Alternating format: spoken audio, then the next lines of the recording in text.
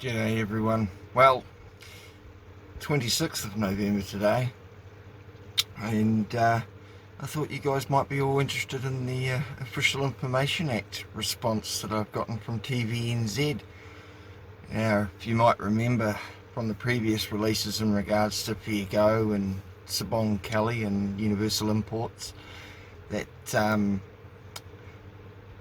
I initially sent Brent McAnulty, which is the supposedly General Counsel of TVNZ. I asked him, first of all, for a chance to interview him. I asked him for when's the time available. None of that happened. And then, so I decided to just ask him a few general questions to himself. He basically took that as an OIA request. So I figured, well, if you're going to start doing OIAs, instead of actually answering direct questions directed directly at you and not TVNZ, then I might as well throw some more your way. So what I did yesterday is I got a response from them, dated the 25th of November, and I thought you'd all like to hear the answers. And you tell me, how transparent is TVNZ for this? Okay. Starts off with, Dear Mr. Keane, Official Information Act request. We refer to your emails dated the 1st of November and 6th of November requesting in part information under the Official Information Act. No, the first one had nothing to do with Official Information Act request, so TVNZ's got that fucking first fact wrong in their own fucking answers. But it's interesting how they like to think of things that way. Again, it's narrative, it's not truth. Relating, among other things, to FairGo story broadcast on the 8th of November. Really? So, try and understand that logic, people. I sent him emails on the 1st of November and the 6th of November, and apparently it's relating, among other things, to a FairGo story broadcasted on the 8th of November.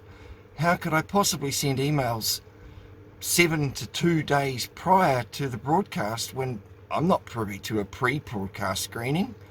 So, again, lie. As you'll appreciate, not all of the requests in your emails were requests for official information as contemplated by the Act. It's because they weren't Official Information Act requests, Brent. It's because you can't answer direct questions to you. It's just a coward's way out to hide behind a bit of legislature. We have nevertheless responded to each of the queries set out in your emails. Well, no, you haven't. But we'll read on, noting which of them are not requests for official information under the Act and answering those that are questions for the Official Information Act. Well, like I said, email on the 1st of November wasn't an Official Information Act request.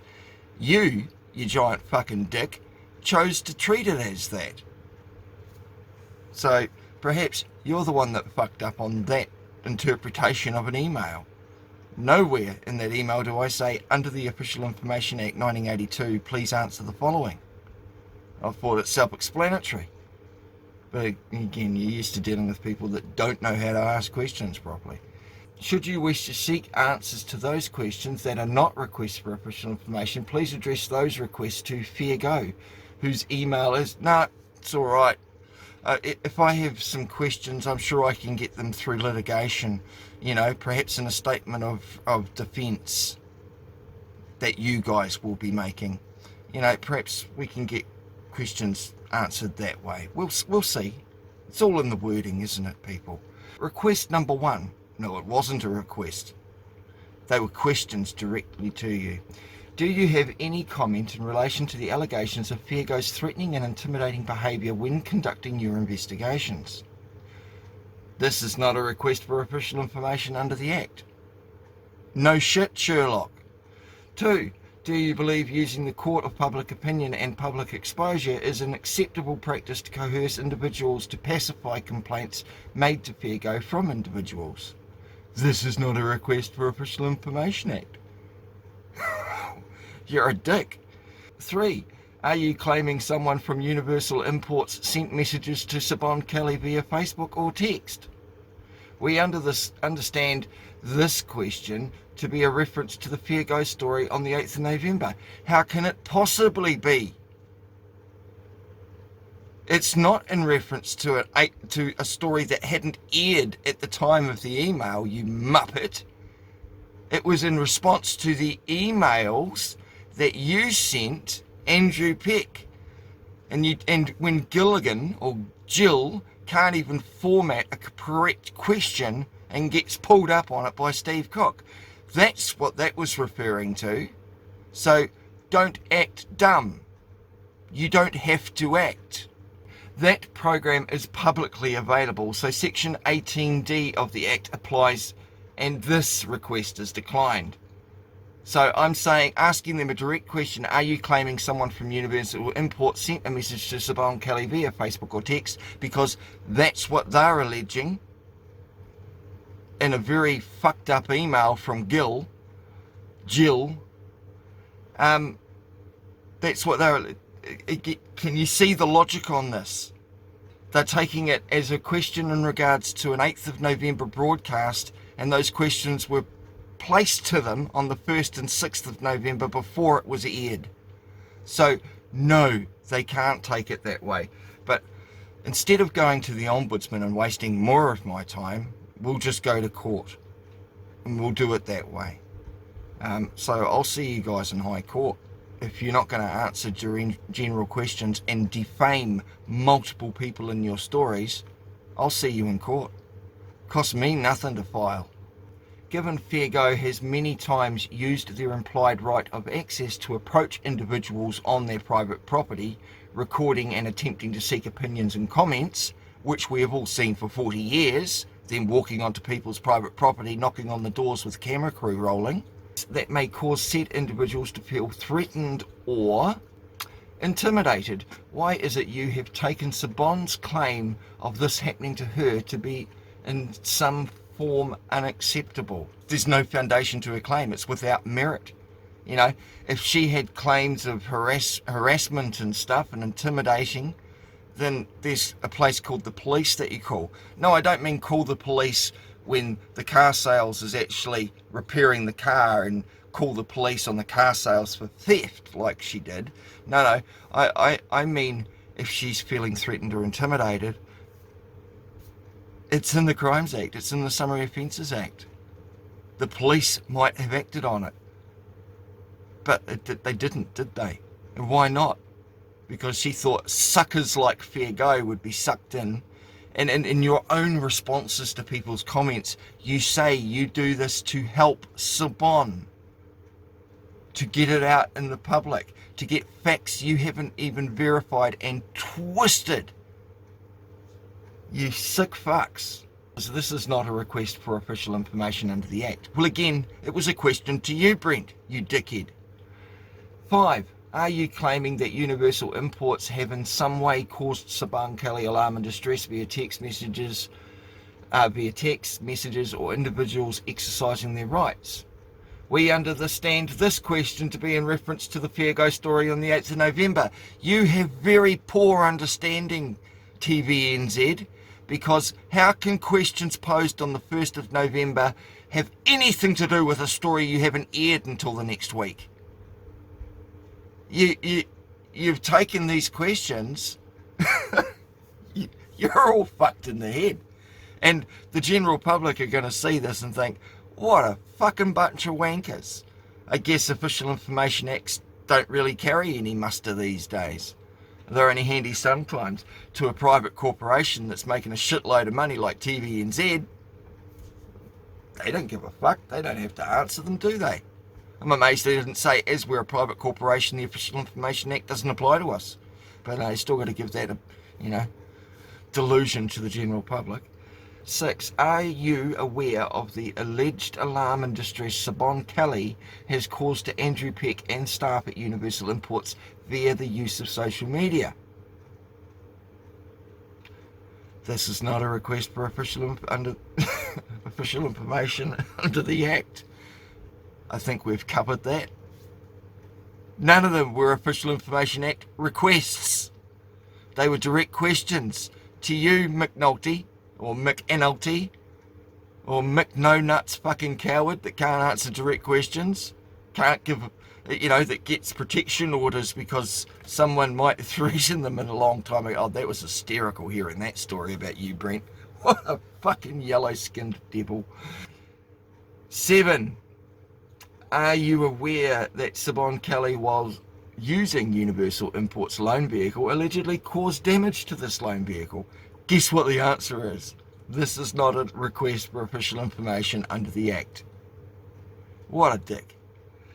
Are you aware that other reporters also have the right to publish articles relating to the article you may be working on, without criticism implied from Gill's correspondence thus far?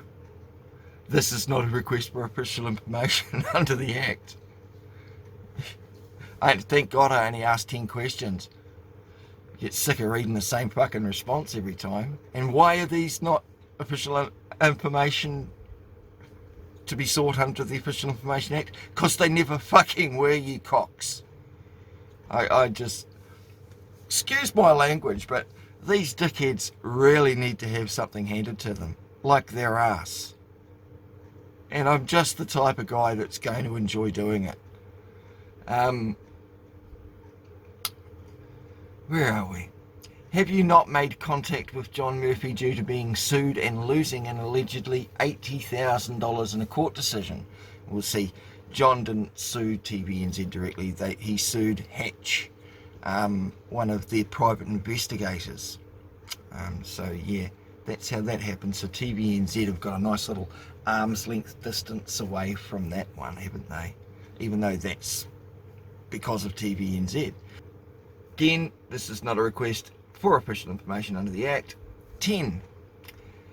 Why is it, Brent, that you have not responded to requests to be interviewed by John Murphy or colleagues and passed the buck to Gill? This is not a request for official information under the Act. So perhaps the Official Information Act didn't answer those questions because they weren't meant to be an Official Information Act questions, because they were directed directly at you in regards to the documentation and publishing that I'd sent you, so you can't understand anything incorrectly, even though in writing you're stating complete lies. Request number 2. Now this was Official Information Act requests. Let's see if these questions, or how many of them, are actually official information under the Act, things they can answer. See if this actually works better when I made one. Request number 2. The email on the 6th. Please supply the total money spent on the production costs, including but not limited to wages paid to all employees, travel costs, production costs, and miscellaneous costs related to FairGo for the last 5 years. Fair enough, isn't it? The requested information is commercially sensitive, and disclosing it would be prejudicial to TVNZ's commercial interests. Really? You got commercial interests, do you, TVNZ? I thought you were a public broadcaster. This information is therefore withheld under Section 92I of the Act. Well, I wonder what Section 92I of the Act is. Shall we have a look? Section 92I reads as follows. Enable a Minister of the Crown or public service agency or organisation holding the information to carry out without prejudice or disadvantage commercial activities. So that's the section why they're refusing to answer that question, because it's commercially sensitive. Perhaps they could get some fucking, KY jelly or Proctal fucking cream to help that, but that burn that they're getting, that you can go to doctors and get some cream for that commercially sensitive areas. Perhaps. Page 3. 2. Please supply any internal guidelines, policies, rules and code of conduct related to the investigation's operational conduct for your reporters, editors, production staff for FairGo and TVNZ as a whole. I wonder what they're going to sell me. Information of this nature is proprietary, and disclosing it would be prejudicial to New Zealand TVNZ's commercial interests. This information is therefore withheld I wish honestly, I wish Brent's father had withheld at conception. Then I wouldn't have a dickhead giving me responses like this. Again, same excuse, 92i. Journalistic broadcasts in New Zealand are overseen by the Broadcasting Standards Authority. You don't say, Brent. Perhaps that's why I've already filed a Broadcasting Standards Authority complaint 3 days before this letter was even written. So again, I don't know if these answers are supposed to try and rack me up. All it does is make you guys look completely fucking corrupt, don't want to answer any questions, and for a supposed national broadcaster, doing a great job at getting that money in, protecting your interests. I mean, I'm asking for your codes of conduct that are guidelines for your reporters. You know, like, is it okay to misrepresent and mislead the general public in your reporting by reading emails from other people and then saying they're from someone else? You know? Or to attack somebody's character and reputation. Is that okay? Is that part of your code of conduct? If you are dissatisfied with TVNZ's response, you are then able to refer the complaint to the Broadcasting Standards Authority for independent investigation and review. Well, I haven't had a response about that yet. They've got 20 working days from when I made it. So I will see. We'll see if they have misunderstandings like you cockheads do. 3. Please supply a time and place you, Brent or Gil, would like to make available for an interview in relation to the conduct and allegations you have made towards Universal Imports, and to answer questions we have in relation to the complaints made against your staff for threatening and intimidating behaviour during their alleged investigations. This is not a request for Official Information Act. Yeah, fair enough. That wasn't really Official Information Act question, but it was a question, and he could have answered it or supplied a time or even said, we have no comment, we're not interested in supplying one. But instead they hide behind the Official Information Act's little skirt. So, whatever. 4. Please supply all relevant documents relating to Mr. Hatch, the TVNZ contractor, whom lost in court again against John Murphy, costing TVNZ approximately $80,000. Section 18E of the Act applies to this request. No information has been identified that is responsive to this request. Section 18E says that the document alleged to contain the information requested does not exist, or despite reasonable efforts to locate it, cannot be found. Don't worry, because the other party involved in that proceeding, certain Mr. John Murphy, does still have it. So I'm sure in due course that will be out there for everyone to see as well, provided he's fine with it. It is a public record after all. Anyway, but you know, he was around when that happened too. Brent McAnulty was around during all of this goings on. It's not like it was before his time. So, moving on. 5. Please supply any and all cases that FairGo is listed as the defendant or respondent within the last 40 plus years of its operation. Okay. We have treated your request as related to any claims against TV New Zealand Ltd that concern FairGo. Section 18E, the same bullshit as last time, of the Act applies to this request. No information has been identified that is responsive to this request. So they're saying there are no court cases where FairGo is listed as the... So FairGo's never been taken to court. That's their response. So, and they're saying no information has been identified that is responsive to this request. I'm asking you for just one court case in the last 40 years that FairGo's been named as the respondent or defendant. And you're saying no such thing exists. Well, find out if the Ministry of Justice has any records to see if you guys are lying in that response as well. But I do damn well know I'm going to be getting Hatch's information, and that will be some interesting reading.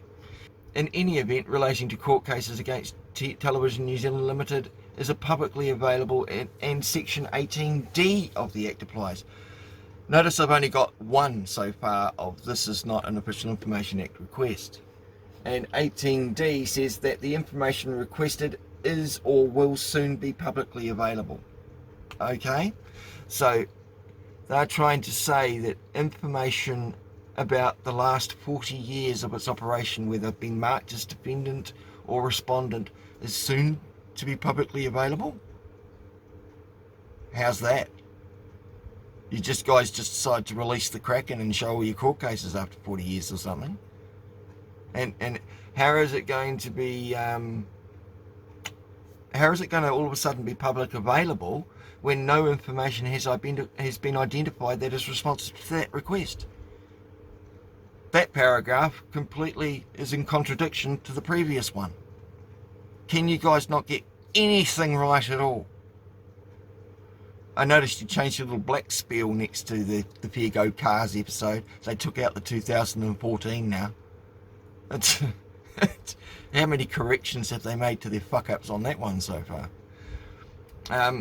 6. How many complaints have been made to the Broadcasting Standards Authority against FairGo since its inception in the 1970s? This information is publicly available, so Section 18D of the Act applies. Really? You know, when I've had other government organisations and companies respond to me and say this stuff is publicly available, do you know what they then do? They then attach the publicly available link, or the link to where it is publicly available. You know, they just don't say, oh, it's publicly available, find it your fucking self. Well, what kind of answer is that? Can you point the direction as to where it's publicly available? Or is that too hard? Number 7, is it mandatory for your reporters or staff to be fully vaccinated and immunised against COVID-19, Delta and Delta Plus, given the vaccine efficacy is only proven effective while still in its trial phase against the initial strain? It is anticipated that information in response to this question will soon be publicly available, so Section 18D again applies. Well, where could you point us to that direction?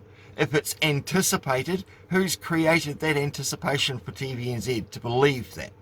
8. Will FairGo be doing any stories on the illegalities surrounding the government's rollout of the vaccine as found by the High Court in Wellington this week? This is not a request for Official Information Act.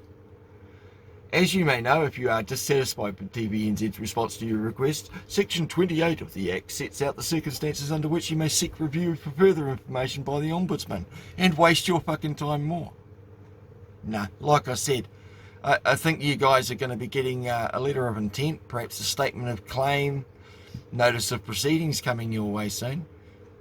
I might, I've got 6 years to do it, but I might just act a little quicker on that. And that's just me. I'm not talking about Andrew Peck or Steve Cook or, you know, anyone else you've defamed in your horrible fucking misrepresentations on national television. But, you know, for me, you've defamed me. You've used my work in your hack job that was completely... You've damaged my reputation and character too. You used my shit without asking. Fair use may apply. But then at the same time, you're in communications with me. You could have asked or said, hey, we're going to be using this. But no, it's just, we're going to just take your shit and use it. We're going to use your voice and put it on national television and stick it to this complete misrepresentation of facts and lies. And, you know, we're just going to keep defaming everybody and we don't give a fuck. Well, it's about time someone held you guys to account. And I'm pretty sure you guys are going to be getting some legal documents, perhaps in the near future. So as far as yours sincerely, Television New Zealand, unsigned, no name under it, gutless cowards. You know, can't even put a, you know, Official Information Act office or team or anything. No, it's just Television New Zealand Limited, a limited liability company. Anyway, guys, by all means, put your comments in. Sorry it was a bit long-winded, but oh my fucking God. So what do you think of Television New Zealand's responses? That's not official information under the Act. 18E, 18D, 92I. Those are they hide behind those sections of the Act. Oh well, try hiding behind fucking YouTube, you cocks. I'm disgusted with yous. I'll see you soon. Bye. How do you know whether you can trust them? We're going to keep up the pressure on this because there seems to be a relatively easy fix.